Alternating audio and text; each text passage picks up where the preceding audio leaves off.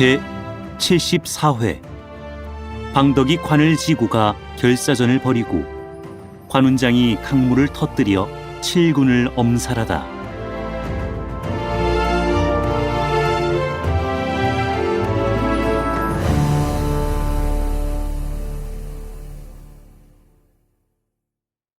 조조는 우금을 보내 번성을 구원하려 하고 여러 장수에게 누가 감히 선봉이 될 것인가 하고 물으니 한 사람이 그에 응해서 가겠노라고 나섰다.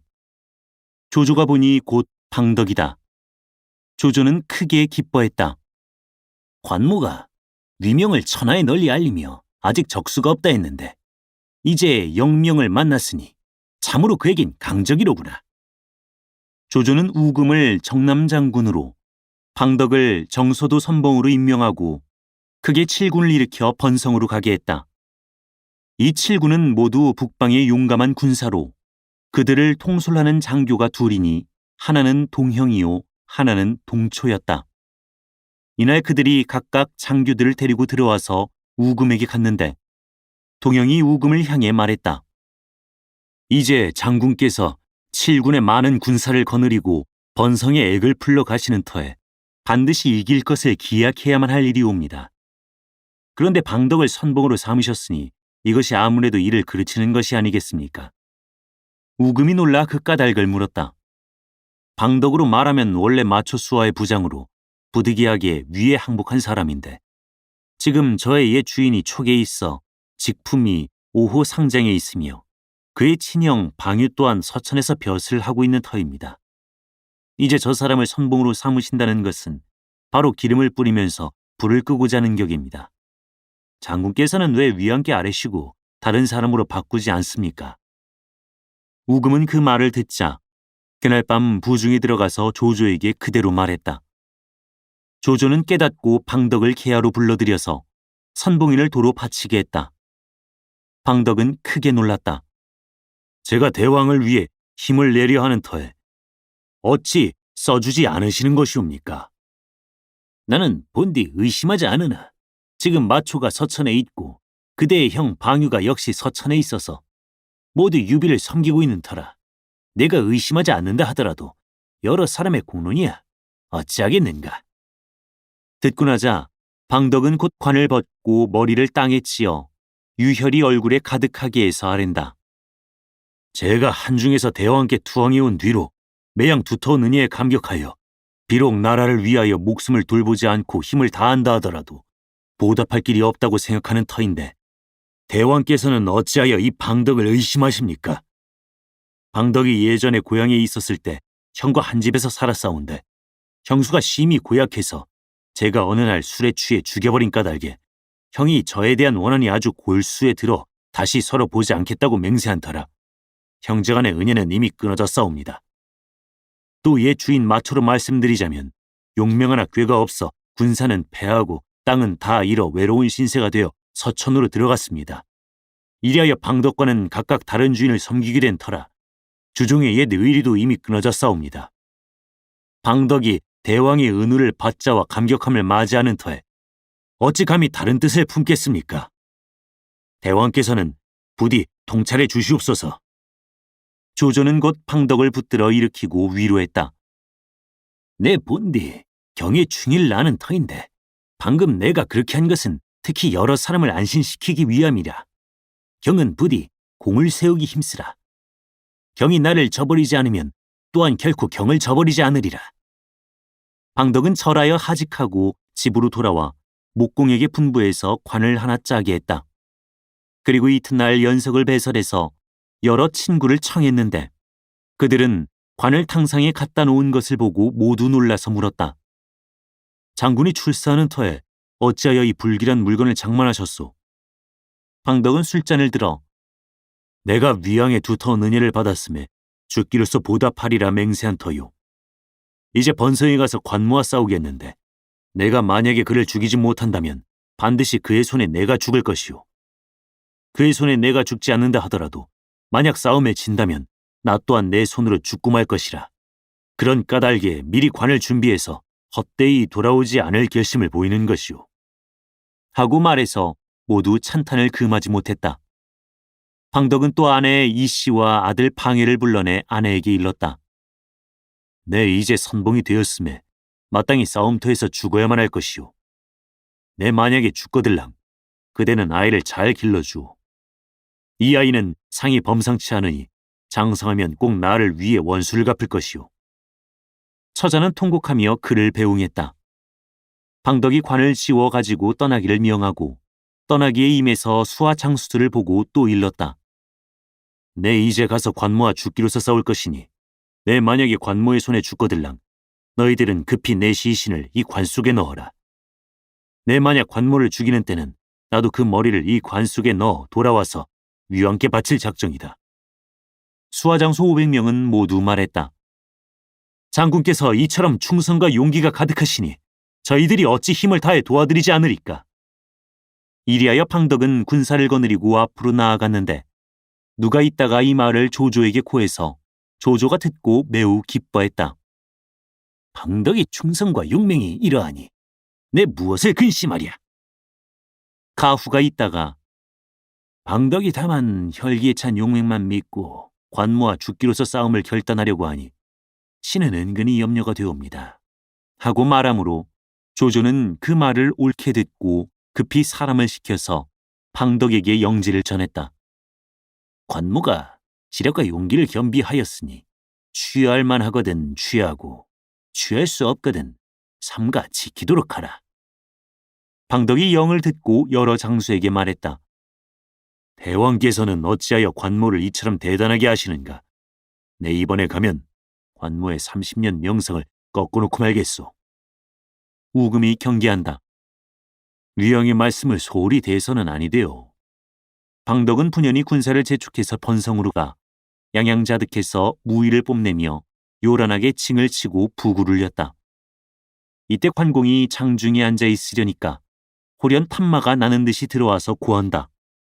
조조가 우금으로 대장을 삼아 7군의 정예병을 보냈사온데 선봉 방덕이 군전의 관 하나를 메고 나와서 맹세코 장군과 한번 죽기로 싸움을 결단하겠다고 불손한 수작을 하는데 군사들은 성박 30리에 와 있사옵니다. 그 말을 듣자 관공은 낯빛이 변하며 아름다운 수염이 떨릴 만큼 대로하여 말했다.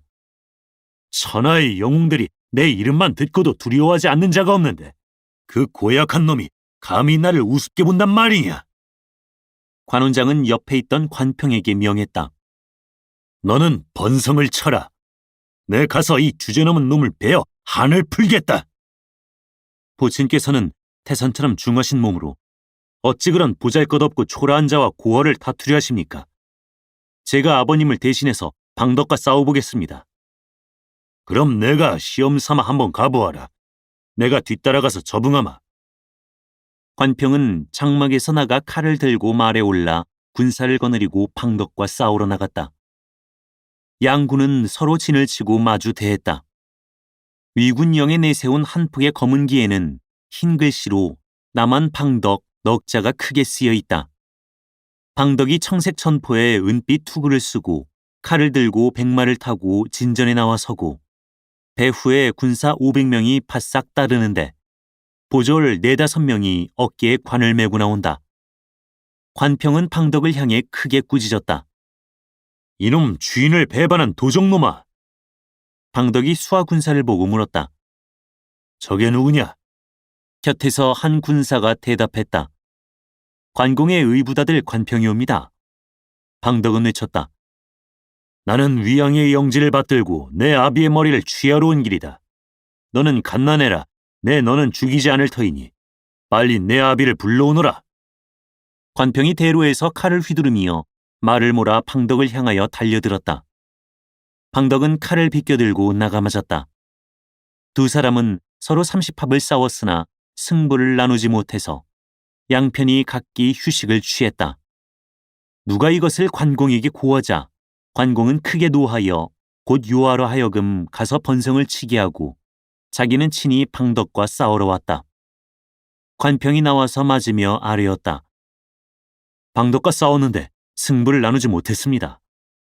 관공은 곧 칼을 비껴들고 말을 진전에 내어 큰 소리로 외쳤다.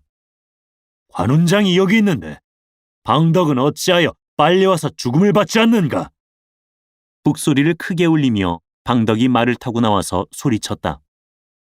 내 위왕의 영지를 받들고 특히 내 수급을 취하러 왔거니와 내가 혹시 믿지 않을까 해서 여기 관을 가지고 왔다. 내 만약에 죽는 것이 두렵거든 빨리 말에서 내려 항복을 청해라. 이 주제넘은 놈아! 무슨 흰소리냐? 쥐 같은 도적놈을 베야 한다니 내 청룡도가 아깝구나. 관공이 큰 소리로 한마디 꾸짖고 말을 놓아 칼을 휘두르며 방덕에게 달려드니 방덕이 칼을 휘두르며 나와서 맞는다.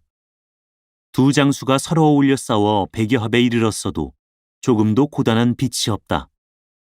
양편 군사들이 모두 어리 빠져 바라보는데 이때 위군에서 혹시 방덕에게 실수가 있을까 하여 급히 징을 쳐서 군사를 거두게 하니 관평도 부친의 연로함을 염려해서 급히 징을 쳤다. 두 장수는 각각 물러갔다.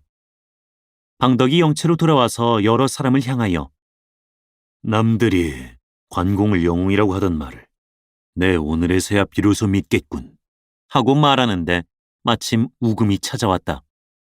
인사를 나누고 나자 우금이 방덕에게 물었다. 내 들음에 장군이 관공과 100합 이상을 싸웠다 하는데 그래도 이기지 못했으니 일단 군사를 물리면 어떻겠소? 위왕께서 장군을 대장으로 삼으셨는데 어찌하여 이처럼 약한 말씀을 하십니까? 나는 내일 관모와 한번 죽기로 싸워보겠습니다. 군사를 물리지 않겠습니다. 방덕이 분연히 이렇게 말하는 바람에 우금은 감히 막지 못하고 돌아갔다. 한편 관공도 영체로 돌아가자 관평을 보고 말했다. 방덕의 칼 쓰는 법이 매우 익숙하니 참으로 내 적수로다.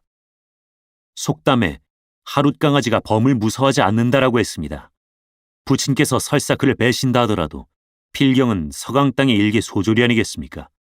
만일에 실수나 있으시다면 이는 백부님이 부탁하신 바를 소중히 하는 것이 아니라고 생각하옵니다. 내가 이 사람을 죽이지 않으면 어떻게 한을 풀겠는가? 내 뜻을 이미 정했으니 너는 다시 여러 말 하지 마라. 이튿날 관공이 말에 올라 군사를 거느리고 출전하니 방덕도 군사를 인솔하여 나와 맞는다. 양편이 서로 진을 치고 대하자 두 장수는 일시에 나가서 칼끝을 넣어올렸다. 서로 싸워 50여 합에 이르렀을 때 방덕이 갑자기 말머리를 돌리며 달아났다. 관공은 크게 꾸짖었다. 이 도적놈아! 그대가 타도기를 쓰려 한다만 내 어찌 그대를 두려워하랴. 이때 방덕은 거짓 타도기를 쓸 듯하고는 칼을 슬쩍 안장에 걸어놓고 몰래 조궁을 잡아 화살을 먹여들고 곧 시위를 당겼다. 눈이 밝은 관평은 방덕이 활을 당기는 것을 어느 결에 보고 큰 소리로 외쳤다. 이놈 비겁하게 냉전을 쏘느냐! 관공이 눈을 번쩍 뜨는 찰나 시위 소리가 울렸다. 관공은 미처 몸을 피할 사이 없이 바로 왼쪽 팔에 화살을 맞았다. 급히 달려간 관평이 부친을 구해 영체로 돌아가는데 방덕이 곧 말을 돌려 칼을 휘두르며 뒤를 쫓는다. 바로 이때 호련 본영에서 징소리가 진동해서 방덕은 후군에 무슨 일이 생겼는지 염려되어 급히 말을 몰아 돌아갔다. 그러나 이는 방덕이 관공을 활로 쏘아서 마친 것을 보자 우금이 그가 대공을 세워서 자기 위풍을 떨어뜨려 놓지는 않을까 겁이 나서 곧 징을 쳐 군사를 거둔 것이었다.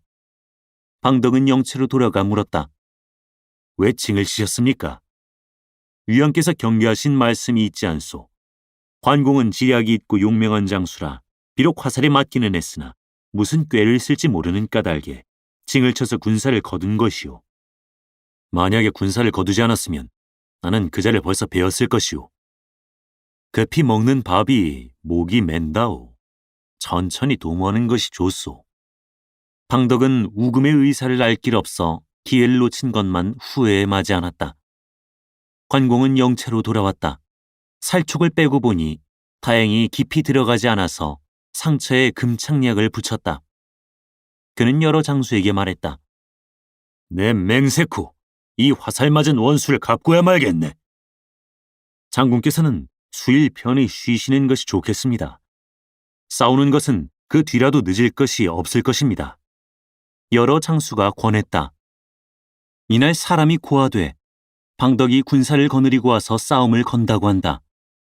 관공은 곧 출전하려 했으나 여러 장수가 권해서 하지 못했다. 방덕은 군사들을 시켜서 욕설을 퍼붓게 했다. 그러나 관평은 애구를 막고서 여러 장수에게 분부하여 관공에게 알리지 말라고 했다. 방덕은 10여일을 두고 싸움을 걸어도 종시 싸우러 나오는 사람이 없는 것을 보고 마침내 우금을 보고 의논했다. 정령 관공이 화살 맞은 상처가 덧나 움직이지 못하는 모양이오. 이 기회를 타서 7군을 거느리고 일시에 영체 안으로 쳐들어가면 가히 번성의 포위를 풀 수 있을까 하오. 그러나 우금은 방덕이 공을 이룰까 두려워서 그저 위양의 말만 내세우고 군사를 동원하려 하지 않았다. 방덕은 몇 번인가 군사를 움직여 보려 했다. 우금은 들어주지 않고 7군을 옮겨서 산어기를 지나 번성 북편 심리되는 곳에 산을 의지해서 영체를 세우게 하고는 옴소 군사를 거느리고서 큰 길을 끊고 방덕이 산골 안에 군사를 주둔하게 해서 그로 하여금 공을 세울 수 없게 해놓았다. 한편 관평은 관공의 전창이 아무는 것을 보고 마음에 못내 기뻐하는데 문득 들으니 우금이 7군을 번성 북쪽으로 옮겨 영체를 세웠다고 한다. 그는 적이 무슨 꾀를 쓰려는 것인지 알 수가 없어서 즉시 이 일을 관공에게 고했다. 관공이 말에 올라 선어기를 데리고 높은 언덕 위로 올라가서 바라보니 번성 위의 깃발들이 정지하지 못하며 군사들은 갈팡질팡 어쩔 줄 몰라 하고 성 북쪽으로는 심리되는 산골 안에는 군마들이 주둔하고 있었다. 다시 보니 양강의 수세가 심히 급하다. 관공은 한동안 바라보다가 향도관을 불러서 물었다. 번성 북쪽 심리에 있는 산골의 이름이 뭐냐? 증구천이 옵니다. 우금이 내 손에 사로잡혔군. 관공이 기뻐하니 여러 군사가 물었다. 장군께서는 무엇을 보고 아십니까? 물고기가 그물 아가리로 들어왔으니 어찌 오래 갈 수 있겠는가? 그러나 여러 장수는 믿지 않았다. 관공은 더 말하지 않고 본체로 돌아왔다. 때는 마침 추 8월인데 비가 연 며칠 퍼부었다. 관공이 사람을 시켜서 배와 뗏목을 준비하며 물에서 쓸 기구들을 수습하게 하니 관평이 물었다. 육지에서 버티고 있는 터에 물에서 쓸 기구들을 수습해 뭐 하십니까? 이는 내 알 바 아니니라. 우금이 7군을 광활한 데다 주둔하지 않고 험하고 좁은 증구천에 모두 모여 있겠구나. 지금 가을비가 연일 내리니 양강물이 불어서 넘칠 것이라. 내 이미 사람들을 보내서 각 처에 물 너기를 막아놓게 했으니 물이 넘칠 때를 기다려서 높은 데로 올라가 배를 타고 들어가 물을 터뜨리면 번성과 증구천에 있는 군사는 모두 고기밥이 되어버릴 것이다. 관평은 탄복했다. 이때 위군은 증구천에 주둔하고 있는데 연일 큰 비가 멋지않고 내린다. 독장인 성하는 우금에게 와서 말했다. 대군이 강어기에 주둔하고 있는데 지세가 심히 낮고 비록 토산이 있다고 하나 영체에서 좀 멉니다. 지금 가을비가 연일 그치지 않고 와서 군사들의 고생이 막심하온데 요사이 사람들이 와서 하는 말을 들으면 형주 군사들은 다 높은 언덕으로 자리를 옮겼고 또 한 수 어기에 배와 뗏목들을 준비해 놓았다고 하오니 만일에 강물이 불어서 넘치면 우리 군사가 위태로워질 것 아닙니까? 빨리 계책을 세우시는 것이 좋을까 합니다. 우금은 꾸짖었다. 되먹지 못한 놈이 군심을 어지럽게 하는구나. 다시 여러 말을 하는 자가 있으면 참하겠다. 성하는 그만 무색해서 그 자리에서 물러나고 이번에는 방덕에게 가서 이 일을 말했다. 방덕은 자네 소견이 매우 옳소. 우장군이 군사를 옮기려 하지 않으신다면 나만이라도 내일 군사를 옮겨 다른 곳에 주둔토록 하겠소. 하고 말해서 의논이 정해졌다. 그날 밤 풍우가 대단했다. 방덕이 장중에 앉아 있으려니까 호련 무수한 말들이 앞을 다투어 달리고 북소리가 천지를 진동해 들려온다. 방덕이 크게 놀라 급히 장막에서 나가 말에 올라 바라보니 사면 팔방으로 큰 물이 밀려 들어오는데 7군이 어지러이 도랑을 파다가 물결에 휩쓸려서 빠져 죽는 자가 부지기수요. 평지 수심이 한 길이 넘는다. 우금과 방덕이 여러 장수와 더불어 각기 조그만 산등성이 올라 물을 피하는데 해가 뜰 무렵에 관공과 여러 장수가 모두 길을 흔들며 북치고 고함을 지르면서 큰 배를 타고 나온다. 우금은 사면을 둘러보아야 길은 없고 좌우에 사람이라고는 단지 5, 60명뿐이라 도저히 도망칠 수 없는 것을 알자 곧 항복하겠노라 말했다. 관공은 그의 입은 옷과 갑옷을 다 벗겨서 배 안에 가둔 다음 이번에는 방덕을 사로잡으러 나섰다. 이때 방덕은 동영, 동초, 성하와 더불어 보졸 500명을 데리고 다들 갑옷도 입지 못한 채 언덕 위에 서 있었다. 관공이 오는 것을 보고도 방덕은 전혀 겁내는 밑이 없이 분연히 앞으로 나온다. 관공은 배를 풀어 사면으로 에워싸고 군사들을 시켜서 일제히 활을 쏘게 했다. 위병 태반이 화살에 맞아 죽었다. 동영과 동초는 형세가 위급한 것을 보자 방덕에게 말했다. 군사의 태반이 죽지 않으면 상했고 도망칠 길은 없으니 항복하는 이만 못할까 합니다. 내가 위양의 두터운 은혜를 받은 터에 어찌 절개를 굽혀 항복할 수 있겠느냐? 방덕은 대로하고 그 자리에서 칼을 휘둘러 동영과 동초를 베고 소리를 가다듬어 호령했다. 다시 항복하자고 말하는 자는 이 두 놈같이 되리라. 이에 모든 사람이 힘을 다해 막아 싸웠다.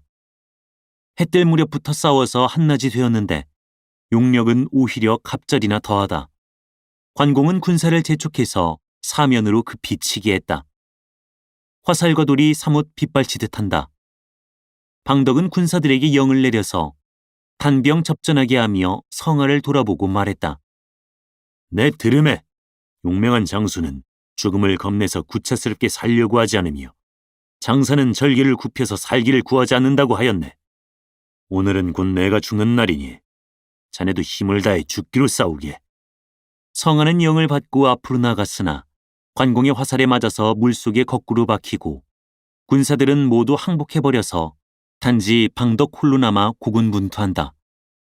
그러는데 마침 형주 군사 수십 명이 작은 배를 타고 언덕 가까이 들어오는 것을 보고 방덕이 칼을 들고 몸을 날려 한 번 뛰어서 배 위로 올라가 눈결에 10여인을 쳐 죽이니 남은 무리는 모두 배를 버리고 물속으로 뛰어들어 도망쳤다. 방덕은 한 손에 칼을 들고 또 한 손으로는 삿대질하여 번성을 바라고 도망치려 들었다. 그러나 이때 상류 쪽에서 한 장수가 큰 뗏목을 타고 내려오더니 방덕이 타고 있는 작은 배를 그대로 들이받아 버렸다. 배가 엎어지자 방덕도 물속에 떨어지고 말았다. 뗏목 위에 그 장수가 곧 물속으로 뛰어들어가더니 방덕을 생포해서 배로 끌어올렸다. 모두 보니 주창이다. 주창이 본 뒤 헤엄을 칠 줄 아는데 그간 형주에서 수년 지내는 사이에 더욱 수련을 했고 게다가 힘이 세서 방덕을 사로잡을 수 있었던 것이다. 우금이 거느리던 7구는 거의 다 물에 빠져 죽었으며 헤엄을 칠 줄 아는 자들도 갈 데가 없어서 역시 모두 항복했다. 후세 사람이 지은 시가 있다. 야반의 뇌구소리 천지를 진동한다. 양양 번성의 평지 땅이 깊은 못이 되었단 말인가. 관공의 신기묘산 따를 자 바이 없다. 천하의 그 위명이 만고의 길이 전하리로다. 관공이 높은 언덕으로 돌아와서 장상에 올라앉자 도부수들이 우금을 납송해왔다. 우금이 땅에 엎드려서 절하며 목숨을 살려달라고 애걸했다. 관공이 호령했다. 내 어찌 감히 나를 항거했느냐? 위의 명에 따라 온 것이지 자의로 한 일이 아닙니다. 제발 살려만 주시면 맹세 곧 죽기로서 보답하겠습니다. 관공은 수염을 쓰다듬으며 껄껄 웃고 내가 그대를 죽이는 것은 개나 돼지를 죽이는 것 같아서 공연히 칼을 더럽힐 뿐이다. 하고 사람을 시켜 그를 묶어서 형주로 암령해 감옥에 가두게 하고 내가 돌아가서 다시 처리하겠다. 라고 하며 보냈다. 관공이 또 방덕을 잡아오게 하니 방덕이 눈을 부릅뜨고 떡 버티고 서서 무릎을 꿇지 않는다. 관공이 권했다. 내 형이 지금 한중에 있고 이 주인 마초도 역시 촉에서 대장으로 있는데 어찌 항복하지 않느냐? 내 차라리 칼 아래 죽으면 죽었지 어찌 내게 항복할까 보냐? 방덕은 대로에서 연달아 꾸짖었다. 이에 관공은 대로에서 도붓을 호령하여 밖에 끌어내다 참아라 했다. 방덕이 목을 느려서 형벌을 받으니 관공은 불쌍히 생각해서 장사 지내주었다. 그러고 나서 관공은 물이 물러나지 않는 김에 다시 전선을 타고 대소장교들을 거느려 번성을 치러 갔다.